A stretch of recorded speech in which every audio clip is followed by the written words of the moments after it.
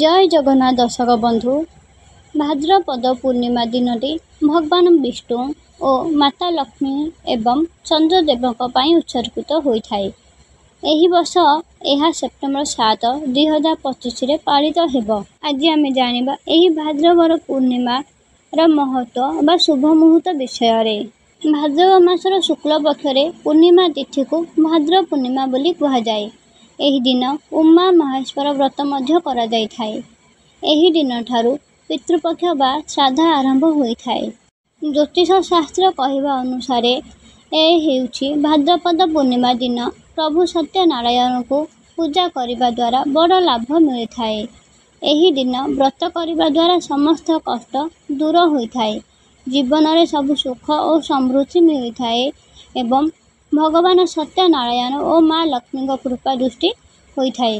भाद्रव पूर्णिमा दिन नदी पोखरी स्नान करने द्वारा विशेष आमको लाभ मिलता है। भाद्रव पूर्णिमा चंद्रमा 16 कलारे परिपूर्ण होती। एही दिन व्रत रखी चंद्रमा को विशेष उपासना करा जाय थाए। तेबे चैत्र थर पूर्णिमा तिथि भोर 5:28 आरंभ हेब। एही भाद्र पूर्णिमा मत्स्य पुराण रे एही व्रत विषय उल्लेख रही। पौराणिक कथा अनुसार एकदा महर्षि दुर्वासा भगवान शंकर दर्शन कर फेरुथिले। फेरिबा समय रास्तार साक्षात्कार है भगवान विष्णु और माँ लक्ष्मी सहित। भगवान शंकर ठारू आनिथिबा बेलपत्र माला भगवान विष्णु को महर्षि दुर्वासा देदेले। भगवान विष्णु सेही माला को निजे न पिंधि गरुड़ को देले। एथिपाई महर्षि दुर्वासा रागी जाई भगवान विष्णु को अभिशाप देले जे माँ लक्ष्मी तांकठारू दूरेई जिबे एवं क्षीर सागर छड़ाई नियाजिबो। शेषनाग मध्य साहाय्य करि परिबो नाही।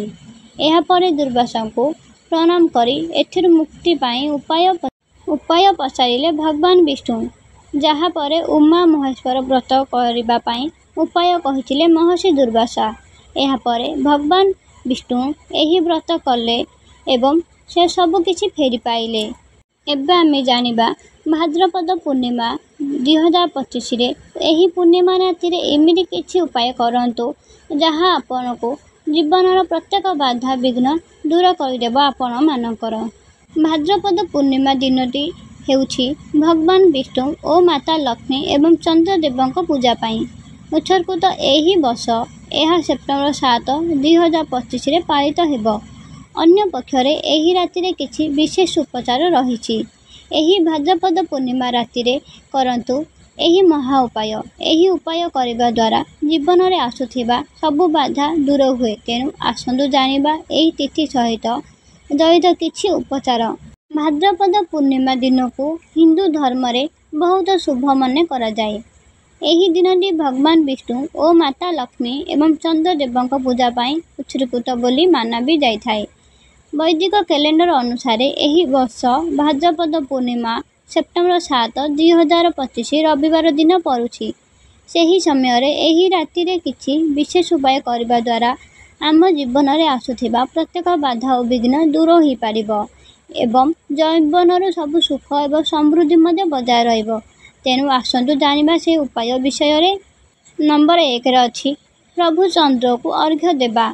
भाद्रपद पूर्णिमा राति रे चंद्र को अर्घ्य अर्पण करने द्वारा अत्यंत शुभ बोली माना जाय थाए।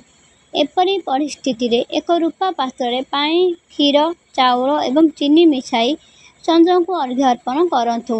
एही उपाय करने द्वारा आपणक कुंडली रे चंद्र शक्तिशाली होइथांती एवं मानसिक शांति मध्य आपण मानक मिली थाए। नंबर 2 रे अछि देवी लक्ष्मी को पूजा करिबा। एही राति रे देवी लक्ष्मी को पूजा करंतु।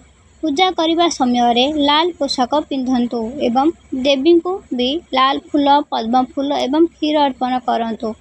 एहार अर्थ संबंधी सबु समस्या दूर करि परिबो। नंबर 3 रे हेउछि पिपली गछर पूजा। भाद्रपद पूर्णिमा राति रे पिपल गछ तले घिओ दीप जलांतु। पिपल गछ को भगवान विष्णु को वासस्थान बोली कहा जाए। एही उपाय पितृदोषरु मुक्ति पाइबा पाई एवं जीवन रे सबु क्षेत्र रे सफलता हासिल करिबा पाई आपण मानकु सहाय्य करिथाए। नंबर 4 सत्यनारायण कथा पाठ करिबा। ଏହି ସତ୍ୟନାରାୟଣ କଥା ପାଠ କରିବା ଦ୍ୱାରା ଏହି ରାତିରେ ଘରେ ଭଗବାନ ସତ୍ୟନାରାୟଣଙ୍କ କାହାଣୀ ପାଠ କରନ୍ତୁ। କାହାଣୀ ପରେ ପ୍ରସାଦ ମଧ୍ୟ ବଣ୍ଟନ କରନ୍ତୁ। ଏହା କରିବା ଦ୍ୱାରା ଭଗବାନ ସତ୍ୟନାରାୟଣଙ୍କ କୃପା ଜୀବନରେ ସମସ୍ତ ବାଧା ଦୂର ହୋଇଥାଏ ଏବଂ ଘରେ ସୁଖ ଓ ସମୃଦ୍ଧି ସଦା ସର୍ବଦା ବିରାଜମାନ ହୋଇଥାଏ। ନମ୍ବର 5ରେ ଜାଣିବା ତୁଳସୀ ଗଛରେ ବା ବୃନ୍ଦାବତୀଙ୍କ ପାଖରେ ଦୀପ ଜାଳିବା। ଏହି ଭାଦ୍ରପଦ ପୂର୍ଣ୍ଣିମା ରାତିରେ ମାତା ତୁଳସୀ ଗଛ ପାଖରେ ଘିଅ ଦୀପ ଜଳାନ୍ତୁ। ଏହା ଘରେ ସକାରାତ୍ମକ ଶକ୍ତି ଆସିବାରେ ଆପଣମାନଙ୍କୁ ସାହାଯ୍ୟ କରିଥାଏ ଓ ଘରେ ସୁଖ ଶାନ୍ତିର ବାତାବରଣ ସୃଷ୍ଟି କରିଥାଏ। ନମ୍ବର 6ରେ ଆସୁଛି ଦାନ।